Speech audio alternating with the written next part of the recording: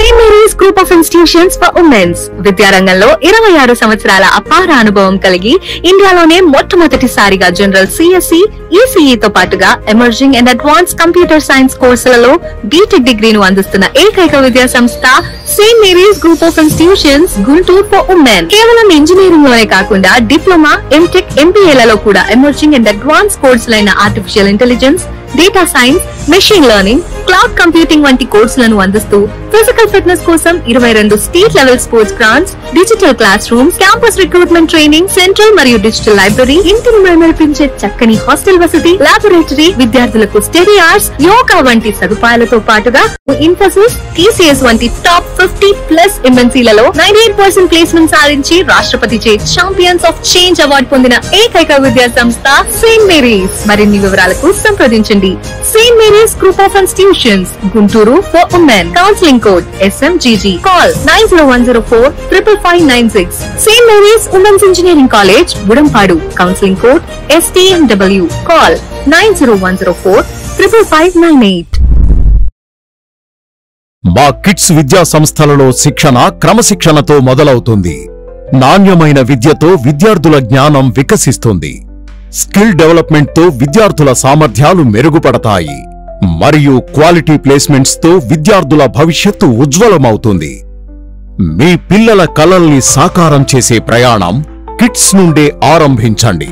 Kids విద్యా సంస్థలు discipline, quality education, skill development, quality placements.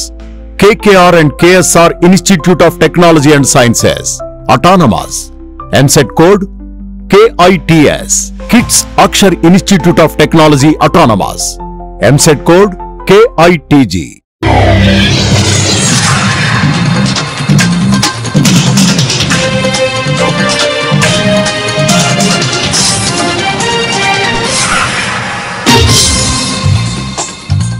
నమస్కారం, సిటీ న్యూస్ తెలుగుకు స్వాగతం. ఈనాటి వార్తా విశేషాలు. రక్షణ అంతరిక్ష రంగంలో రాష్ట్రం భారీగా పెట్టుబడులు ఆకట్టుకునేలా air forces and defence policy ఉండాలని ముఖ్యమంత్రి చంద్రబాబు నాయుడు స్పష్టం చేశారు. సోమవారం సచివాలయంలో ఏరోస్పేస్ అండ్ డిఫెన్స్ పాలసీ 4.0పై ముఖ్యమంత్రి సమీక్షించారు.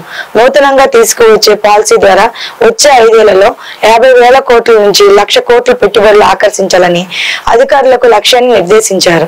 రక్షణ ఏరోస్పేస్ రంగంలో నూతన సాంకేతిక నవీన ఆవిష్కరణలకు కేంద్రం మారేలా ప్రయత్నించాలన్నారు. ఈ సమీక్షా సమావేశంలో మంత్రులు కొండపల్లి శ్రీనివాస్, టీజీ భరత్, వాణిజ్య పరిశ్రమల శాఖ కార్యదర్శి యువరాజ్ పాల్గొన్నారు. కూటమి ప్రభుత్వం విద్యా వ్యవస్థలో గొప్ప సంస్కరణలను తీసుకుని వచ్చిందని రాష్ట్ర ఐటీ విద్యాశాఖ మంత్రి నారా లోకేష్ అన్నారు. బాపట్ల జిల్లా ఇంకొల్లులో మంత్రి లోకేష్ పర్యటించారు.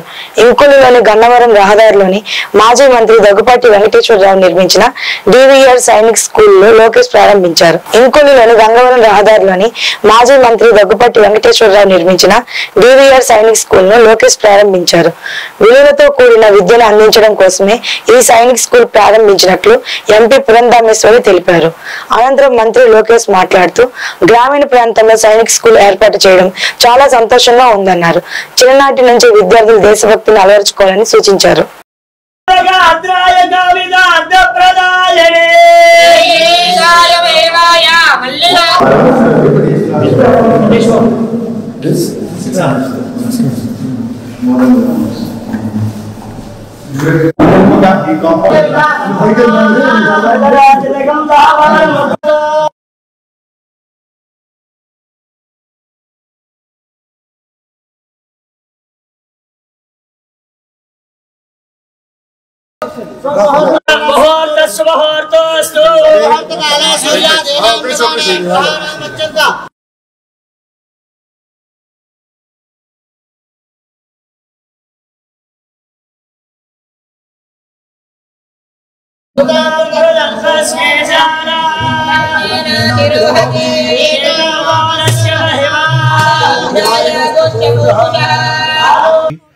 For joining us today, our project.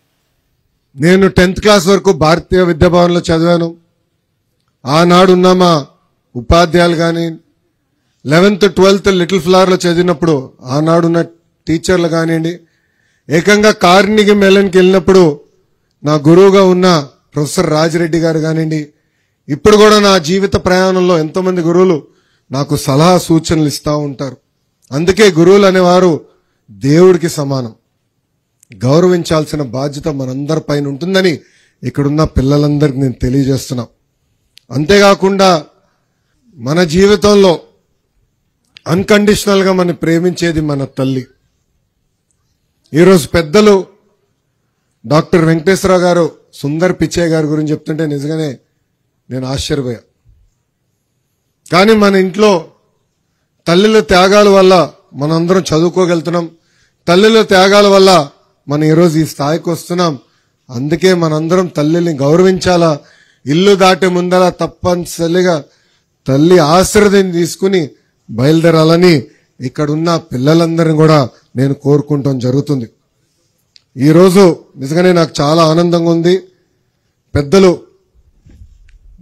Doctor Venkateswararao గారి నాయకత్వంలో ఈరోజు ఈ సైనిక్ స్కూల్ ఏర్పాటు చేసి మారుమూల ప్రాంతానికి ఏకంగా ఒక సైనిక్ స్కూల్ తీసుకొస్తాం జరిగింది. నేను బలంగా నమ్మేది పేదరికం నుంచి మనం బయటికి రావాలి, కుటుంబాలు బయటికి రావాలంటే అద్భుతమైన విద్య అందించాల్సిన అవసరం ఉంది. విద్య వల్లనే మన జీవితాల్లో అద్భుతమైన మార్పులు అనేది వస్తుంది. ఆనాడు ఒక విజనరీ వ్యక్తి దగ్గుపాటి చెంచురామయ్య గారు, అంటే దగ్గుపాటి వెంకటేశ్వరరావు గారి తండ్రి, విద్య శక్తి ఏంటో తెలుసుకుని 1980లోనే ఒక అద్భుతమైన విద్యా సంస్థలు ఏర్పాటు చేశారు. దాంట్లో భాగంగా జూనియర్ కళాశాలలేమి చక్కటి కార్యక్రమం. దేశ భవిష్యత్తుతో అదేవిధంగా మన పిల్లల భవిష్యత్తుకి ముడిపడినటువంటి ఒక అద్భుతమైనటువంటి కార్యక్రమాన్ని ఇవాళ మనం ఇక్కడ ఆవిష్కరించుకోవడం జరిగింది. దగ్గర 30-35 సంవత్సరాల క్రితం ఒక చిన్న సంకల్పం, ఈ ప్రాంతంలో ఉన్నటువంటి బిడ్డలకి ప్రమాణాలతో కూడినటువంటి విద్యని అందించాలి అనేటువంటి ఆలోచన కీర్తిశేషులు దగ్గుపాటి చెంచురామయ్య గారిది. ఆ యొక్క సంకల్పం దినదినాభివృద్ధిగా ముందుకు వెళుతూ అది జూనియర్ కాలేజు, అదేవిధంగా ఫార్మసీ, బిఎడ్ ఈ రకంగా ఎదుగుతూ వచ్చినటువంటి నేపథ్యం. అయితే ఆ సందర్భంలో మళ్ళీ తిరిగి ఇక్కడ ఉన్నటువంటి బిడ్డలకి నిజమైనటువంటి విద్య అంటే శారీరక దృఢత్వానికి, మానసిక వికాసానికి, దేశభక్తితో కూడినటువంటి విద్యని అందించాలి అనేటువంటి మరొక సంకల్పం జోడైనటువంటి సందర్భంలోనే ఇవాళ ఈ సైనిక్ స్కూల్ని ఇక్కడ మనం ఆవిష్కరించుకోవటం జరుగుతుంది. ఏ విధంగా ఈ స్కూల్ ఎదిగినా కూడా వెనుకున్నటువంటి సంకల్పం మాత్రం ఒక్కటే, ఈ ప్రాంతంలో ఉన్నటువంటి బిడ్డలకి మంచి విద్యని అందించాలి అనేటువంటి ఒక దృఢమైన సంకల్పం. ఒకానొక సందర్భంలో స్వామి వివేకానందుల వారిని విద్య అనేటువంటి పదాన్ని నిర్వచించమని చెప్పి వారిని అడిగినటువంటి నేపథ్యంలో నిజమైనటువంటి విద్య సమాజంలో ఉన్నటువంటి రాష్ట్రంలో నిరుద్యోగుల సమస్యల పరిష్కారం కోరుతూ వైఎస్ఆర్ కాంగ్రెస్ పార్టీ ఆందోళన చేపట్టింది. ఈ మేరకు వైసీపీ విద్యార్థి యువజన విభాగం ఆధ్వర్యంలో కలెక్టర్ కార్యాలయం వద్ద ధర్నా నిర్వహించి నిరసన వ్యక్తం చేశారు. వైసీపీ నగర అధ్యక్షురాలు షేక్ నూరి ఫాతిమా, యువజన విభాగం రీజనల్ కోఆర్డినేట్ కల్లం హరికృష్ణారెడ్డి, ఇతర నేతలు, కార్యకర్తలు, విద్యార్థులు పెద్ద సంఖ్యలో పాల్గొన్నారు. నిరుద్యోగులకు ఎన్నికల్లో ఇచ్చిన హామీలను అమలు చేయడంలో కూటమి ప్రభుత్వం ఘోరంగా విఫలమైందని వైసీపీ నేతలు ఆరోపించారు.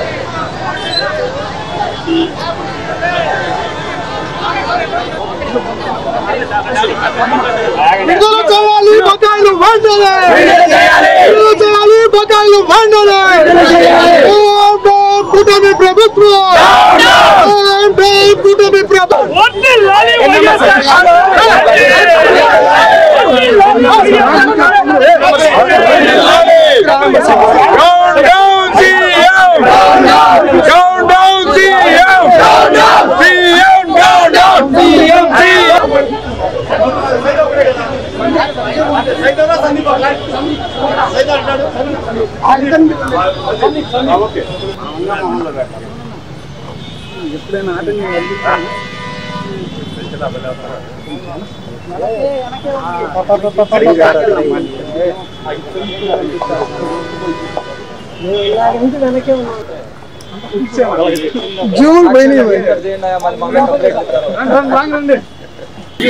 యువత పోరు అనే కార్యక్రమం మన జిల్లా వ్యాప్తంగా గుంటూరు జిల్లా కలెక్టరేట్ ఆఫీస్ దగ్గర జరుగుతుంది.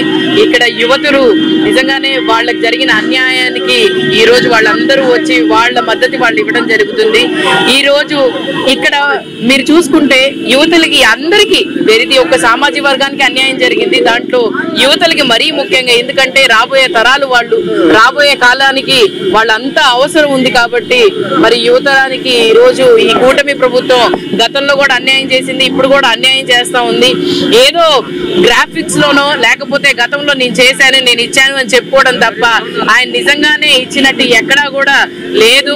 ఈ కూటమి ప్రభుత్వంలో చంద్రబాబు నాయుడు గారు నమ్మే పరిస్థితిలో ప్రజలు లేరు. ఎందుకనంటే ఎక్కడ చూసుకున్నా కూడా కూటమి ప్రభుత్వం హామీలన్నీ సూపర్ 6 అని చెప్తారు, మాటల వరకే పరిమితం అవుతున్నాయి కానీ చేతల వరకు ఏదో 1-2 అమలు చేసి మిగతా అడిగితే మిమ్మల్ని మేము నాలుకలు కోస్తామని చెప్పి చంద్రబాబు నాయుడు గారు చెప్తున్నారు.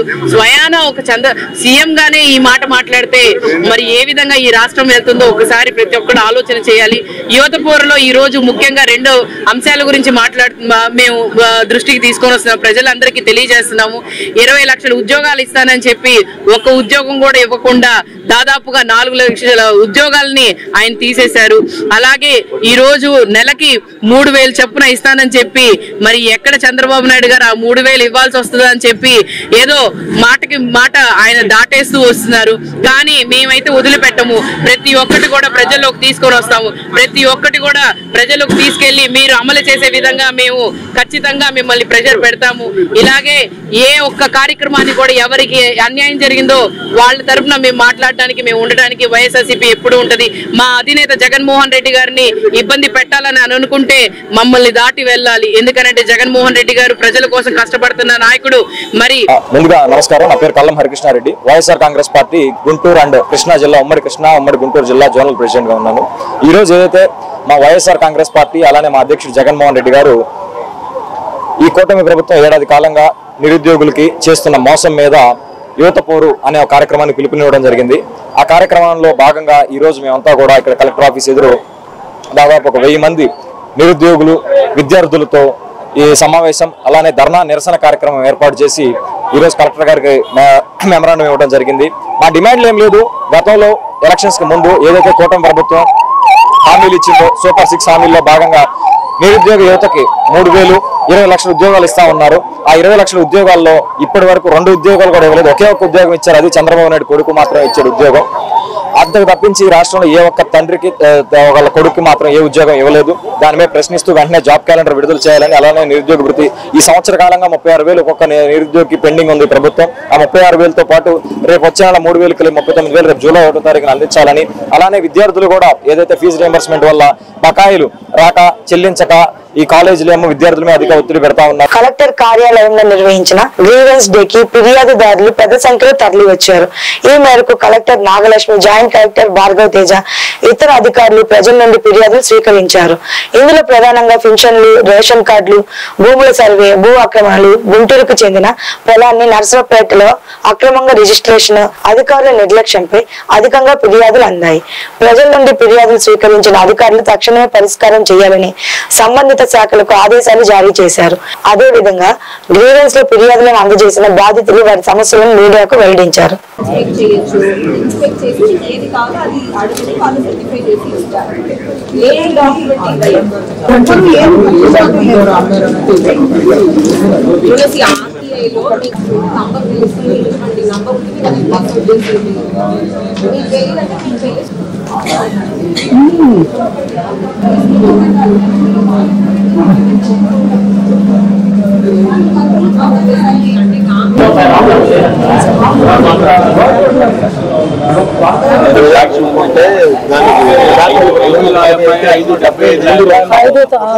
బ్యాక్గ్రౌండ్ ఫోటో కూడా రిజిస్టర్ చేసేటప్పుడు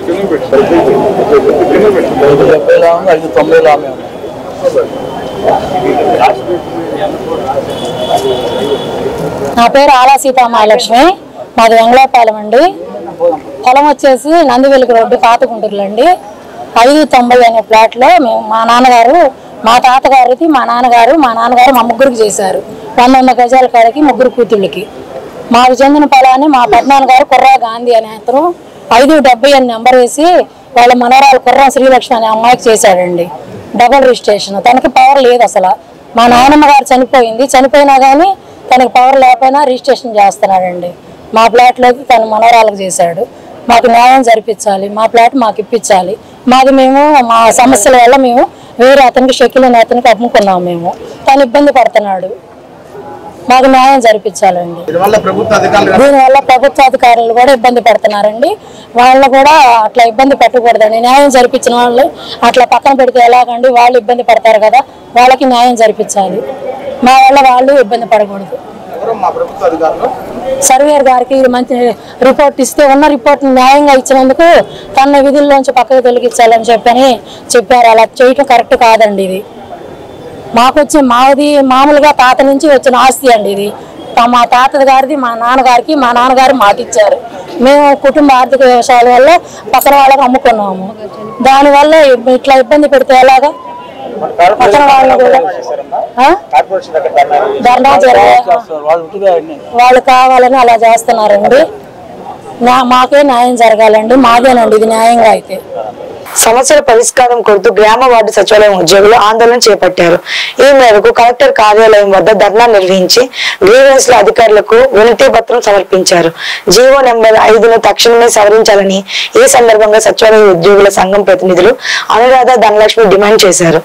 పదోన్నతులు కల్పించిన అనంతరమే బదిలీలు చేయాలని చెప్పారు. వార్డు టు వార్డు బదిలీ ప్రక్రియను అమలు చేయాలని సూచించారు.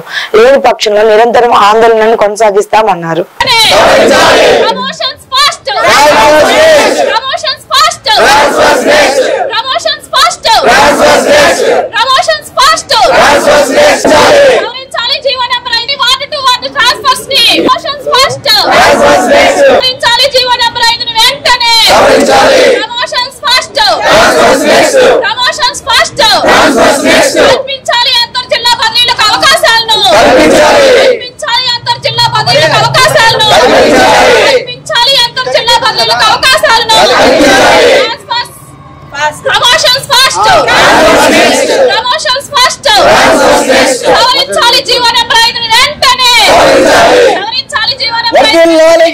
సచివాలయ ఉద్యోగుల ఐక్యత, గ్రామ వార్డు ఉద్యోగుల సచివాలయ ఐక్యత, గ్రామ వార్డు ఉద్యోగుల సచివాలయ ఐక్యత. నా పేరు ధనలక్ష్మి సామ్రాజ్యం. గుంటూరు మున్సిపల్ కార్పొరేషన్ లో వార్డు వెల్ఫేర్ అండ్ డెవలప్మెంట్ సెక్రటరీగా పనిచేస్తున్నాము. మేము రాష్ట్ర వైస్ ప్రెసిడెంట్ గా ఉన్నాము. వెల్ఫేర్ అండ్ సెక్రటరీస్ అందరికీ కూడా ఈ రోజు కలెక్టరేట్ లో ఇక్కడ సమావేశం అవడానికి కారణం ఏంటంటే మాకు ట్రాన్స్ఫర్స్ అనేది జరుగుతున్నాయి. జీవో నెంబర్ 5ని ఇచ్చారు మాకు ట్రాన్స్ఫర్స్ విషయం అయ్యి. మా యొక్క ముఖ్య ఉద్దేశం ఏంటి అంటే జీవో నెంబర్ 5ని సవరించాలి. ఎందుకనంటే మాకు ట్రాన్స్ఫర్స్ విషయంలో మున్సిపాలిటీలో ఉండే వాళ్ళందరినీ కూడా మండల పరిధిగా తీసుకొని ట్రాన్స్ఫర్స్ చేస్తామన్నారు. కానీ మాకు వార్డు టు వార్డు ట్రాన్స్ఫర్స్ విషయమే మేము కోరుకుంటున్నాము. ఎవరైనా సరే ఇక్కడ ట్రాన్స్ఫర్స్ కోసమే మెయిన్ విషయం. మాకు ట్రాన్స్ఫర్స్ అనేది పారదర్శకంగా జరగాలి. ముఖ్యంగా మాకు రేషనలైజేషన్ అనేది ముందుగా చేసి తర్వాత ట్రాన్స్ఫర్స్ చేయాలి. రేషనలైజేషన్ లో మిగిలిపోయే ఉద్యోగులు కొంతమంది ఉన్నారు. వారిని ఏం చేయబోతున్నారు, వారిని ఎక్కడ సర్దుబాటు చేయబోతున్నారు అనే దాని మీద కూడా మాకు క్లారిటీ ఇవ్వాలి. వార్డు టు వార్డు అనేది మేము ట్రాన్స్ఫర్స్ ముఖ్యంగా కోరుకుంటున్నాము. మున్సిపాలిటీలో ఉండే ఉద్యోగులందరినీ కూడా వార్డు టు వార్డు ట్రాన్స్ఫర్స్ విషయంగా చేయాలి. పంచాయతీలో ఉండే వాళ్ళని కూడా వాళ్ళకి ట్రాన్స్ఫర్స్ విషయం కూడా మాకు ముందు క్లారిటీ ఇవ్వాలి. ప్రభుత్వం అనేది ఎటువంటి క్లారిటీ లేకుండా మాకు ట్రాన్స్ఫర్స్ ను ఇష్టానుసారంగా చేయడంలో మాకు చాలా ఇబ్బందికరంగా ఉంటుంది. ట్రాన్స్ఫర్స్ మేము ఎటువంటి వ్యతిరేకము కాదు. ప్రభుత్వం ఇచ్చిన ట్రాన్స్ఫర్ ని మేము సమర్థిస్తున్నాము. కాకపోతే ఆ ట్రాన్స్ఫర్స్ అనేవి పారదర్శకంగా జరగాలి, వార్డు టు వార్డు జరగాలి, మున్సిపాలిటీ టు మున్సిపాలిటీ జరగాలి అనేది అంటే చాలా కష్టతరమైన విషయం అది. కాబట్టి దాని విషయంలో ప్రభుత్వం పునరాలోచన చేసి మాకు కొంచెం ఈ రోజు రాష్ట్ర వ్యాప్తంగా కూడా అన్ని ఉద్యోగ సంఘాలు అదేవిధంగా సచివాలయ ఎంప్లాయీస్ ప్రతి ఒక్కళ్ళు కూడా ఈ రోజు రాష్ట్ర వ్యాప్తంగా అన్ని కలెక్టరేట్లలో కూడా వినతిపత్రాలు అందజేస్తా ఉన్నాము.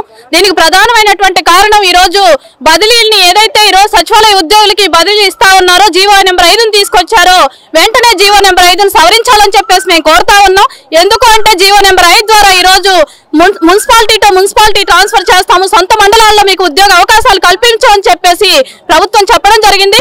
దీన్ని సచివాలయ ఉద్యోగులందరి తరపున కూడా తీవ్రంగా వ్యతిరేకిస్తా ఉన్నాము. ప్రధానమైనటువంటి కారణం ఈ రోజు మేము చేస్తుంది 30,000 రూపాయలకి కాస్ట్ క్లాస్ 4 ఎంప్లాయీస్ కి మీరు ఏ విధంగా మున్సిపాలిటీ టు మున్సిపాలిటీ ఇస్తారని చెప్పేసి మేము అడుగుతా ఉన్నాం.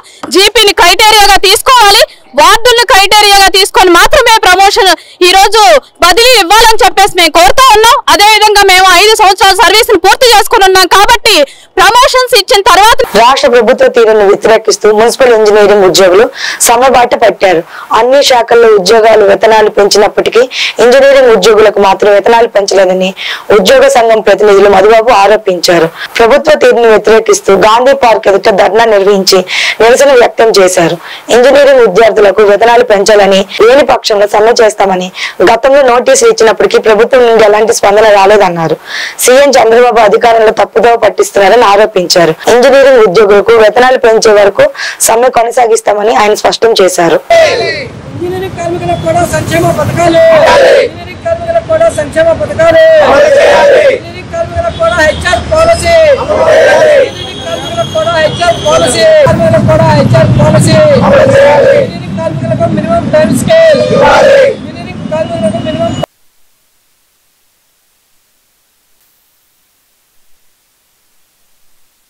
నుండి రాష్ట్ర వ్యాప్తంగా అన్ని నగరపాలక సంస్థలు, పురపాలక సంఘాల్లో విధులు నిర్వహిస్తున్న, ఇంజనీరింగ్ విభాగంలో విధులు నిర్వహిస్తున్న కార్మికులు మొత్తం కూడా నిరవధిక సమ్మెలోకి వెళ్ళటం జరిగింది. ఈ సమ్మె చేస్తామని చెప్పారని ఈ నెల 9వ తేదీనే వడ్డేశ్వరంలోని commissioner and director municipal administration Sampath Kumar గారికి మున్సిపల్ రంగంలో ఇంజనీరింగ్ విభాగానికి ఉన్న ఇంజనీరింగ్ విభాగంలో ఉన్న అన్ని కార్మిక సంఘాలు కూడా జేఏసీగా ఏర్పడి సమ్మె నోటీస్ ఇవ్వడం జరిగింది. సమ్మె నోటీస్ ఇచ్చినప్పుడు మేము ఆశించింది ఏంటంటే సమ్మెకి వెళ్తా ఉన్నాం కాబట్టి చర్చలకు పిలిచి మా జీతాలు పెంచుతారని చెప్పి మేము అనుకున్నాము. కానీ ఆ విధంగా జరగలేదు. ఈ సమ్మె ప్రభుత్వానికి కానీ టీడీపీ పార్టీకి కానీ ఎటువంటి వ్యతిరేకంగా మేము చేసే సమ్మె కాదు. ఈ సమ్మె అధికారుల తీరుకి వ్యతిరేకంగా చేస్తున్న సమ్మె. ఎందుకంటే గతంలో టీడీపీ పార్టీ అధికారంలో ఉన్నప్పుడు అవుట్సోర్సింగ్ కార్మికులు ఎవరైనా సాధారణ మరణం చెందితే 2 లక్షల రూపాయలు ఎక్స్గ్రేషియా, అలాగే యాక్సిడెంటల్ డెత్ అయితే 5 లక్షల రూపాయలు ఎక్స్గ్రేషియా, అలాగే చనిపోయిన అవుట్సోర్సింగ్ కార్మికుడికి వెంటనే మట్టి ఖర్చులు 15,000 రూపాయలు ఇచ్చే కొన్ని సంక్షేమానికి, అవుట్సోర్సింగ్ సంక్షేమానికి ఉపయోగపడే కార్యక్రమాలు టీడీపీ ప్రభుత్వం తీసుకొచ్చింది.